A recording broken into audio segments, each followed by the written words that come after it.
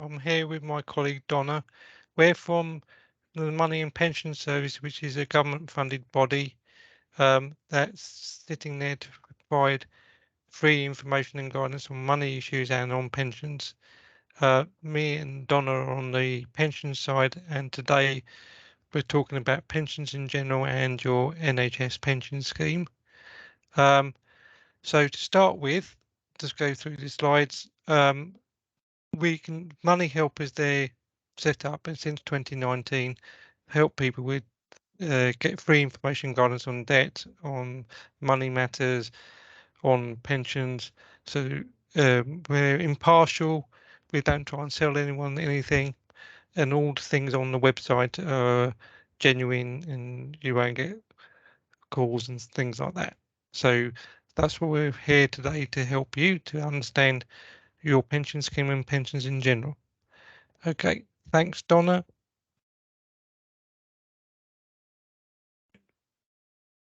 Okay, just to tell you, we give general information and guidance and we're impartial, but we can't give legal advice or we can't give regulated financial advice. So if you want specific information about your circumstances or personal recommendation, you'll need to see a financial advisor or if it's legal related, a solicitor. And we've got links there to how to find a financial advisor on our website and also how to find a solicitor. So today, the main focus is why is a pension important? What type of pension do you have? Then we'll go through the NHS Pension Arrangements. We'll go through the 2015 NHS pension scheme that everyone who should have joined since April. And then we'll talk about the contribution rates, which changed from October this year. Then we'll talk about different options. Unfortunately, if people die, other ways of saving into your pension scheme. There are other options about flexible retirement, and then we'll talk about things to be aware of, like pension scams, and what you can do and how to contact us. So hopefully now I will pass you over to my colleague Donna this morning, and she'll carry on. Thanks, Donna. Thanks very much. Okay, so why is it important to look after your pension?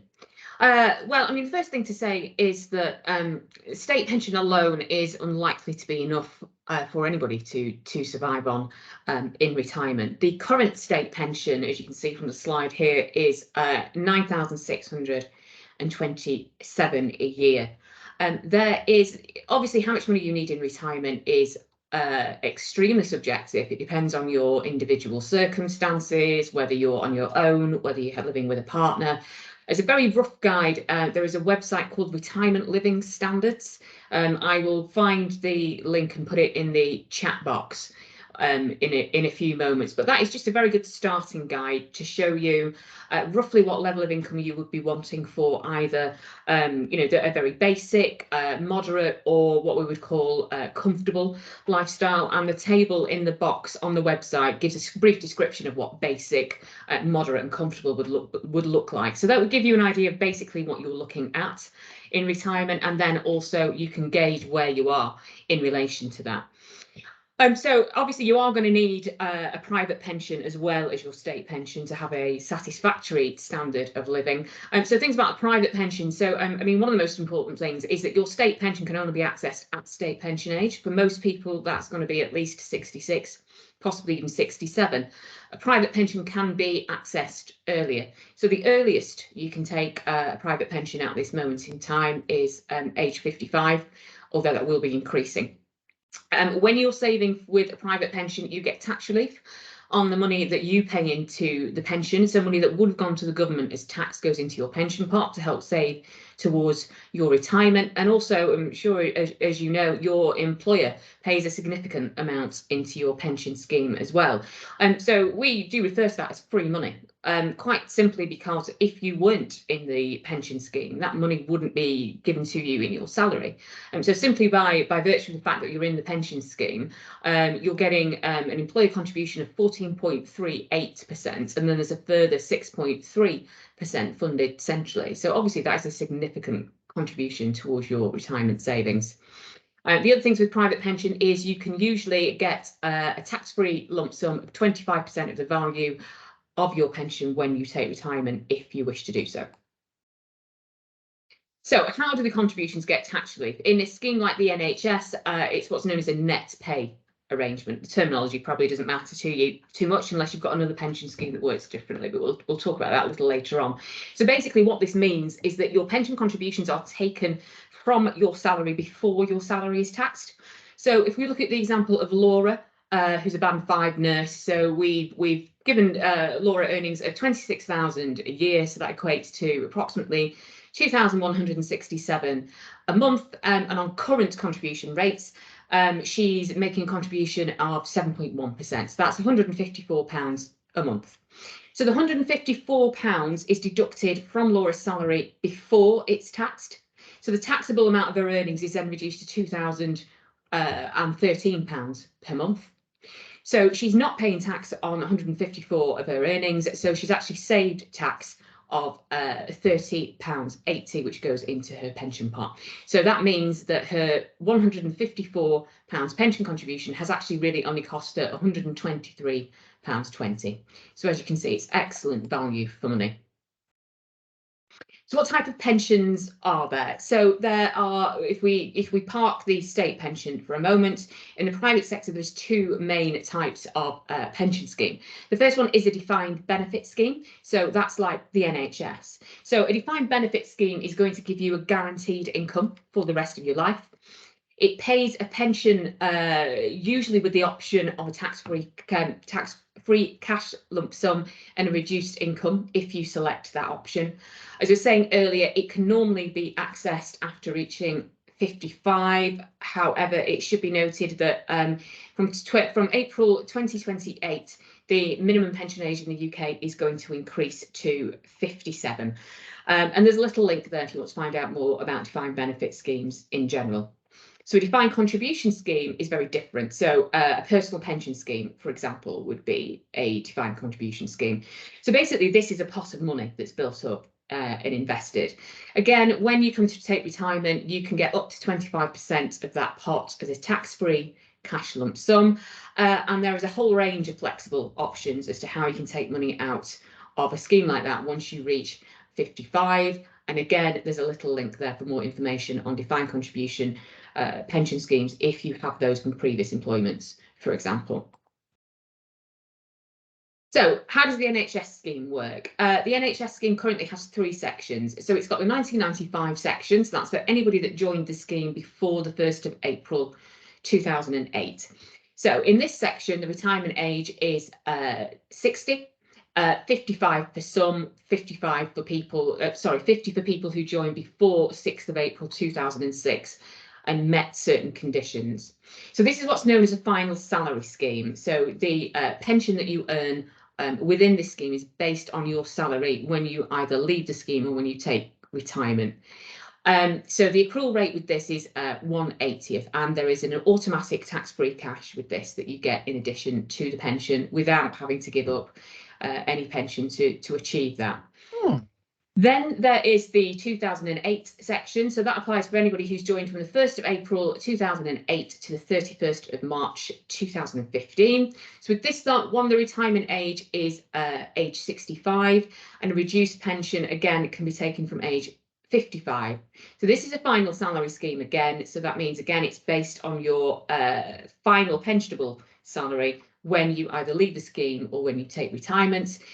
The scheme accrual rate with this is 1/60th, but there isn't an automatic tax-free cash lump sum with this. You have to commute pension to get a tax-free cash lump sum with this section. And then there's the 2015 section. So that's anybody who's joined the scheme from 1st of April 2015. With this one, retirement age is linked to your own state pension age. But again, pension can be taken early from age 55 onwards. This is slightly different because it's known as a career average revalued earnings scheme, or CARE. So the accrual rate of this is 1/54th. And again, you can exchange some pension for a tax-free cash lump sum when you get to retirement age. We'll explain a little bit more about how CARE works later on, because it is quite different to a final salary scheme.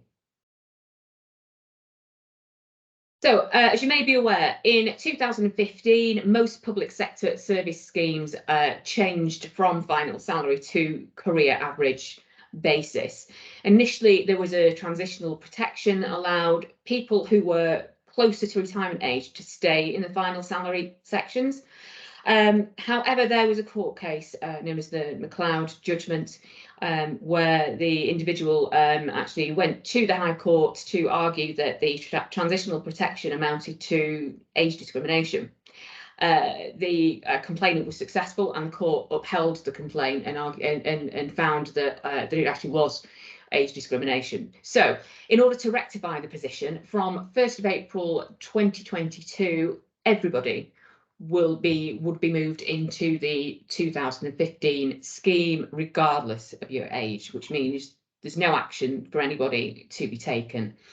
But in order to rectify the position following the McLeod judging, what's happened is that if you're a member of the NHS pension scheme on the 31st of March 2012 and still a member on or after 5th of April 2015 with continuous pensionable service, what would happen is when your pension becomes payable, you'll be offered either a choice of receiving the benefit from your old legacy scheme or the 2015 NHS scheme for the period between 2015 to 2022.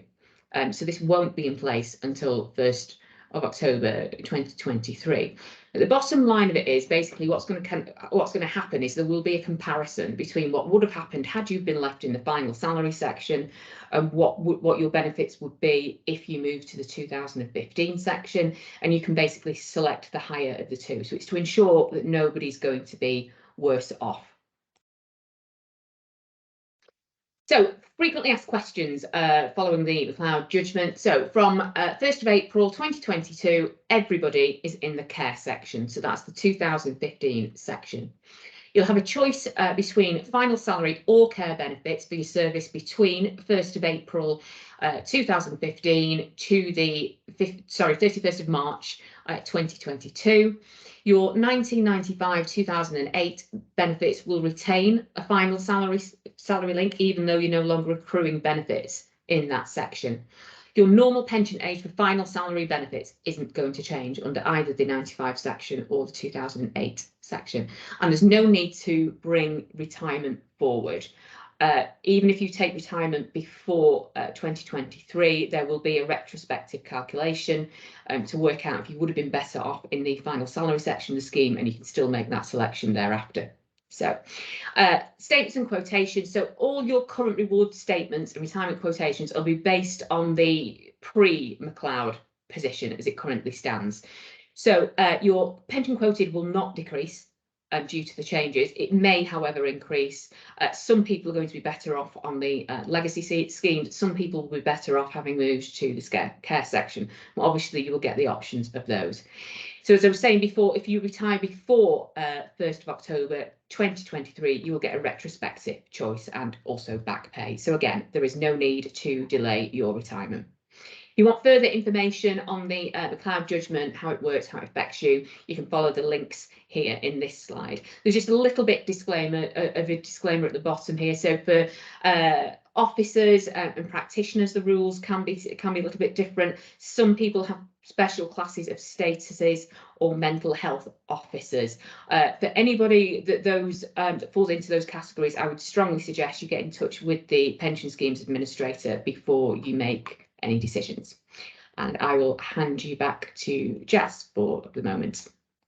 Okay, thank you, Donna. If you've got any questions, please put them in the chat and Donna will try and answer them. Or we'll do that each time we change around. So how does a final salary scheme work? So in the 1995 section and the 2008 section, your pension benefits is basically based on your final pensionable salary at the end. So if you work full time, it's a 1 year of pensionable service for each year that you work. So in our example in the 1995 section, that was a 180th scheme. So in our example there, if Lisa retires after 25 years service on a salary of 40,000, if all of it was in the 1995 section, she would have done 25 years times 40,000, divided by the accrual rate 80. So at age 60, she would get a pension of £12,500. In the 1995 section, because of the design, you automatically get, in addition, a pension or a lump sum of 3 times the pension. So she would have got 12,500 plus a lump sum of 37,500 in this case. In that way, you can also give up a bit of your pension for a higher lump sum, but the NHS pension scheme will provide you with a quote. Okay, the 2015 scheme was introduced on the 1st of April 2015. So most people who joined after that date would be put into that one, or subject to the transitional arrangements. But since April 2022, everyone is in the 2015 scheme. So this is a career average revalued scheme.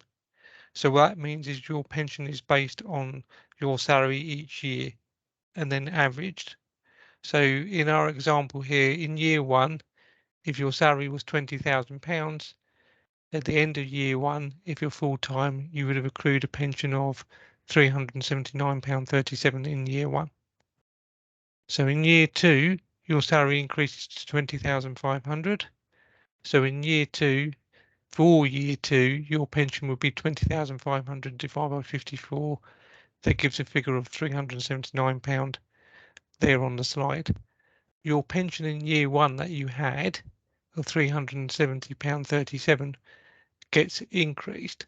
So your year one will be inflation increase set out by Treasury order, and with the NHS pension scheme, the government's agreed in addition 1.5%. So at the end of year two, your total pension in your 2015 scheme will be both of those added together, which is shown on the screen. Okay, thanks, Donna. Okay, so going forward, every year in the career average scheme, you get blocks. So basically based on your salary each year and then averaged. So as we can say, you build up blocks of pension. Depending on your individual circumstance, some people will get up a higher pension in the 2015 scheme than they would had they been in the final salary scheme. You have the option to give up some of the pension for a tax-free cash sum at retirement under the 2015 scheme. Currently, for each £1 of pension that you give up, you get £12 of lump sum. But the NHS Business Service Authority, who the scheme administrator of the pension scheme in England and Wales, will provide you with a quote. Okay. Okay, so contribution rates. So these prior to the up to the 30th of September 2022, your contribution rates were set out based on your full-time equivalent salary. So part-timers would pay a full-time or whole-time equivalent pay. Their contribution was based on. Since October 2022, so since last month, it's actually going to be paid on your actual rate of pay rather than your whole-time equivalent pay. The employer contribution will remain at 20.6%, and the amount you build up won't be affected by the changes in the contribution rate. Thanks, Donna. Can we go to the next page? Information on the new contribution rates are set out on that link, and I think the NHS pension scheme have sent out letters to all active members. I'll put a link in the chat. But you can see from there, depending on your pensionable pay, there are different rates of contributions now from October. Okay, thanks, Donna. Okay, so how does this affect you if you're, so if we go back to Laura and she's full-time and she's earning £26,000 a year, in September, the contribution rate was 7.1%. As previously decided by Donna, that means her gross per month was £154, but her net cost after tax relief was £123. From October this year, the rate went up to 7.7%, so the gross amount was £167, but her net cost to her was 133. The government's changing the rates in sometime in 2023. They haven't announced when, but when that comes in, based on her salary, her gross rate would be 8.3%. Therefore, the net effect of that one will be £144. So this is where the changes will have an effect, will be where you're part-time. So in our example, Catherine's part-time earning £15,000 a year. Her full-time equivalent is 37,500. So up until September, she was paying on the full-time equivalent salary, 9.3%. So her net cost was £93. From October, that's gone down to 57. And from 2023, that will go down to £65 as shown in the example. And we've got the same example there for Brian earning 48,000. So people can see how that will affect the contributions going forward. Also, because of the different roles within the NHS, there's different definitions of pensionable salary or pay. So we've given you a link there of what's included in pension pay and what isn't. So you can look at that at a later time. Okay. Okay, so they're going back to Donna. So I'll leave that to Donna to go forward. Thanks, Jack. Okay, so death benefits, not a pleasant subject, but obviously always something that we have to consider when we're looking at a pension scheme. So under the 2015 scheme, what are the benefits in the event of your death? Death benefits always depend on your scheme membership status at the time of your death. So whether or not you're an active member of the scheme, whether or not you've left the scheme, or whether or not you've taken retirement. For the purposes of today, we're going to look at active service, which you are all in at this moment in time. So if you die whilst you're still in active service, there will be a lump sum death benefit of 2 times your earnings. Plus, if you've got at least 2 years service within the scheme, there would be a dependents pension payable. There's also a short-term pension, which is basically equal to your pensionable earnings for 6 months. Any lump sum due will be paid to your spouse, registered civil partner, or qualifying nominated partner. And if these aren't applicable to you, you need to make sure that you have nominated somebody else to receive the benefits. There is a little link here at the bottom of the slide for you to be able to register a nominee if you're in a non-legal relationship with them. These forms are extremely important. So if you haven't completed one, I would strongly suggest that you do.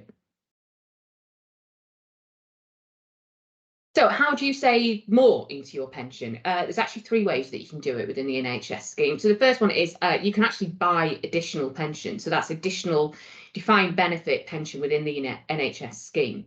So the minimum that you can purchase is £250 a year of additional pension. The maximum is currently 6,500, and that's within the 2015 scheme. And again, there's a link there at the bottom that will give you some figures and tell you how to go about it, how much it's likely to cost you, and so on and so forth.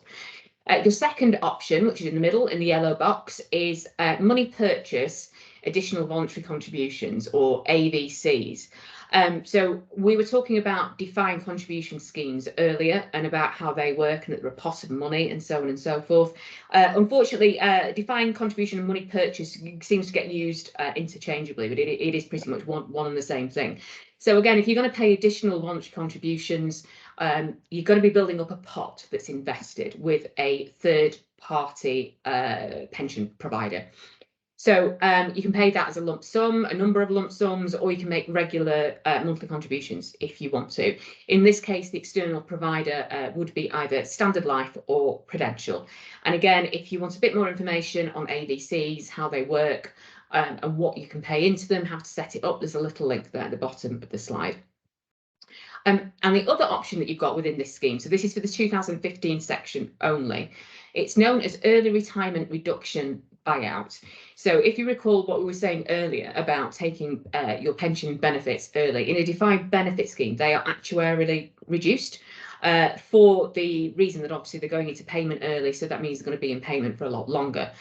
This is a methodology via which you can basically counteract that process to an extent. So you can pay extra contributions to buy out the reduction that would otherwise have been applied to your benefits, and you can do that for up to 3 years before your normal retirement age, but obviously you cannot retire any earlier than minimum state pension age.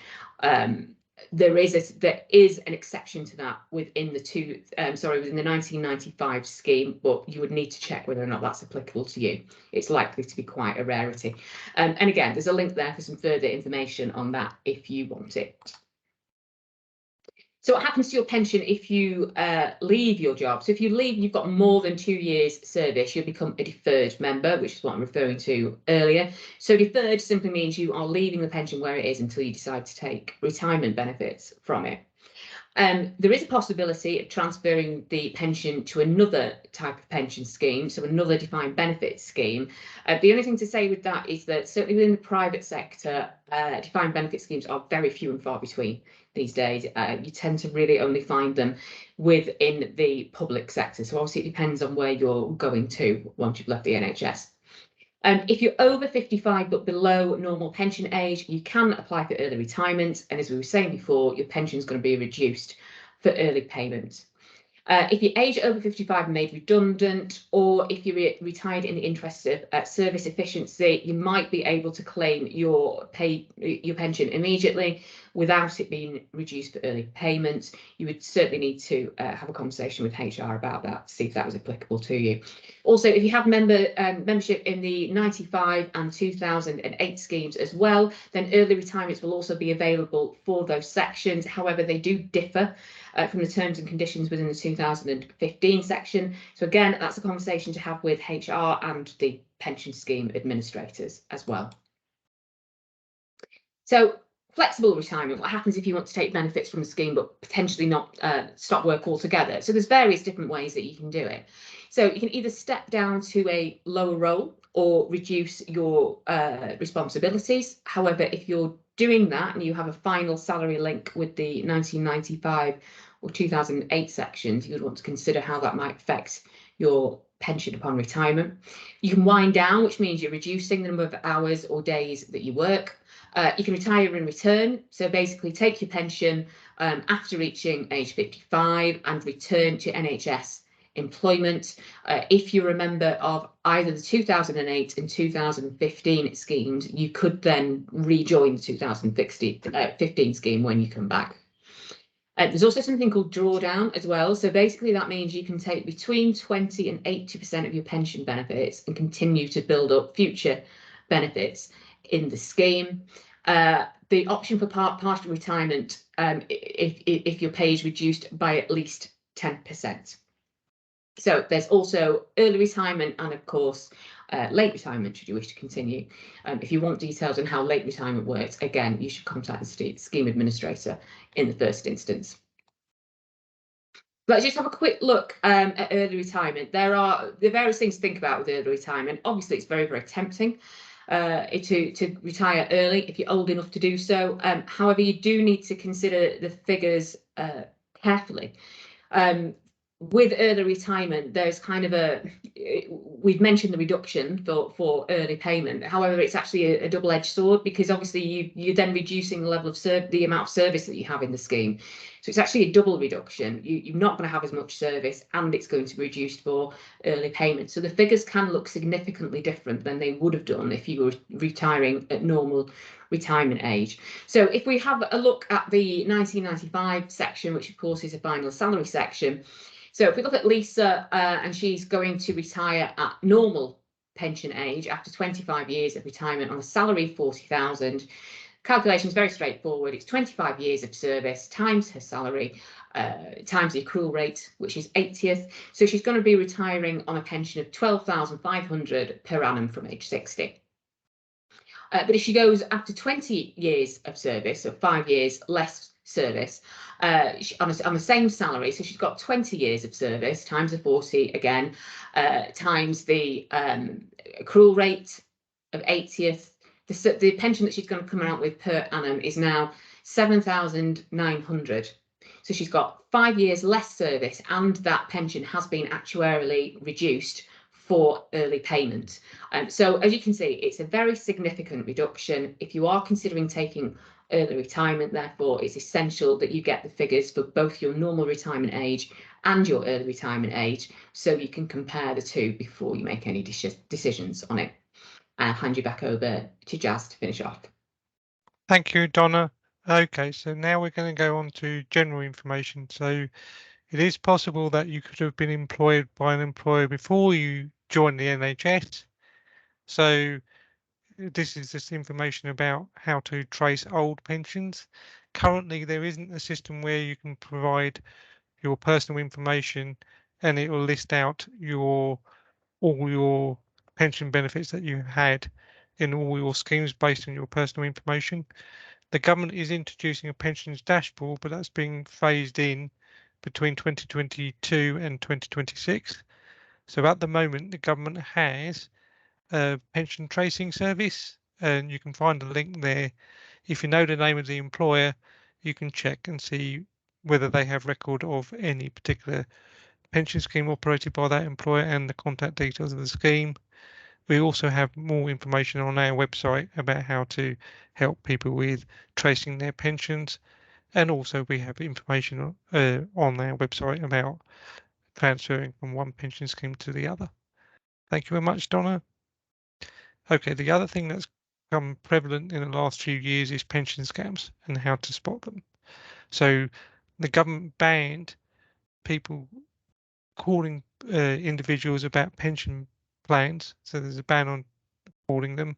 So if someone contacts you out of the blue, that's a warning sign. It's illegal to do so and report it to the Information Commissioner's Office. Another example is applying pressure to make a quick decision or saying they're time limited offers. Guaranteeing high investment returns is a known flag. Saying to people that they can access pensions before 55, that's a possible flag.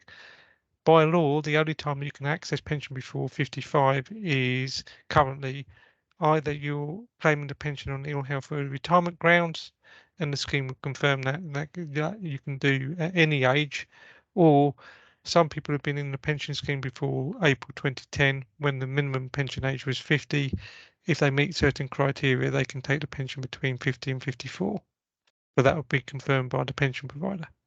The other options that would come across is offer of one-off investments, time-limited offers, upfront cash incentives, free pension reviews. Some of them will come back through and say they get legal loopholes or government incentive. All of that is a possible scam. Basically, if it sounds too good to be true, it probably is. The government's got protection in the NHS. You can only transfer it to another public sector pension scheme or a private sector defined benefit pension scheme. Occasionally, you may be able to, if you go and live overseas, to enable some people go to work in the public sector in, say, Australia, work as a nurse over there, they could possibly move it to an overseas pension scheme. But the NHS pension scheme providers scheme administrators will warn you about that and how to go about that process. Okay, thanks, Donna. If you're ever not sure, always give us a call. Okay, so our service is generally to deal with any sort of pension query. So there's information there on how to trace a lost pension. It's always best to check your state pension and how much you've built up so far, so you can get a state pension estimate, and there's the link to get one of those. We've got information about nominating. On our website, we also have a pensions calculator to help people with budgeting, and we also have a budget planner to help people to understand their income and expenditure and help them with their retirement planning.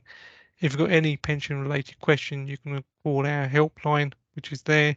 We're open 9 o'clock till 5 o'clock on the telephone, and we're impartial. So we'll talk about pensions as you come along. I think we'll race through that. Okay, so this is our links to how to contact us. So as you can see, we've got a telephone number, you can contact us. If you're over 50 and have a defined contribution pension plan, so that's one that's not in the main NHS pension scheme, you can get guidance through our sister service PensionWise. If you need help with money guidance, so that's debt, banking, other money issues, our organisation also have details on money. And thanks, Donna. Can you go to the next page? These are the other things that my colleagues on the money side will deal with. So benefits, bereavement, for example, buying a home, car insurance, life and protection insurance, mortgages, as well as pensions. And there we go. So that's us today. Thank you for listening. Thank you, Mariam, for hosting us. If anyone's got any questions, we're quite happy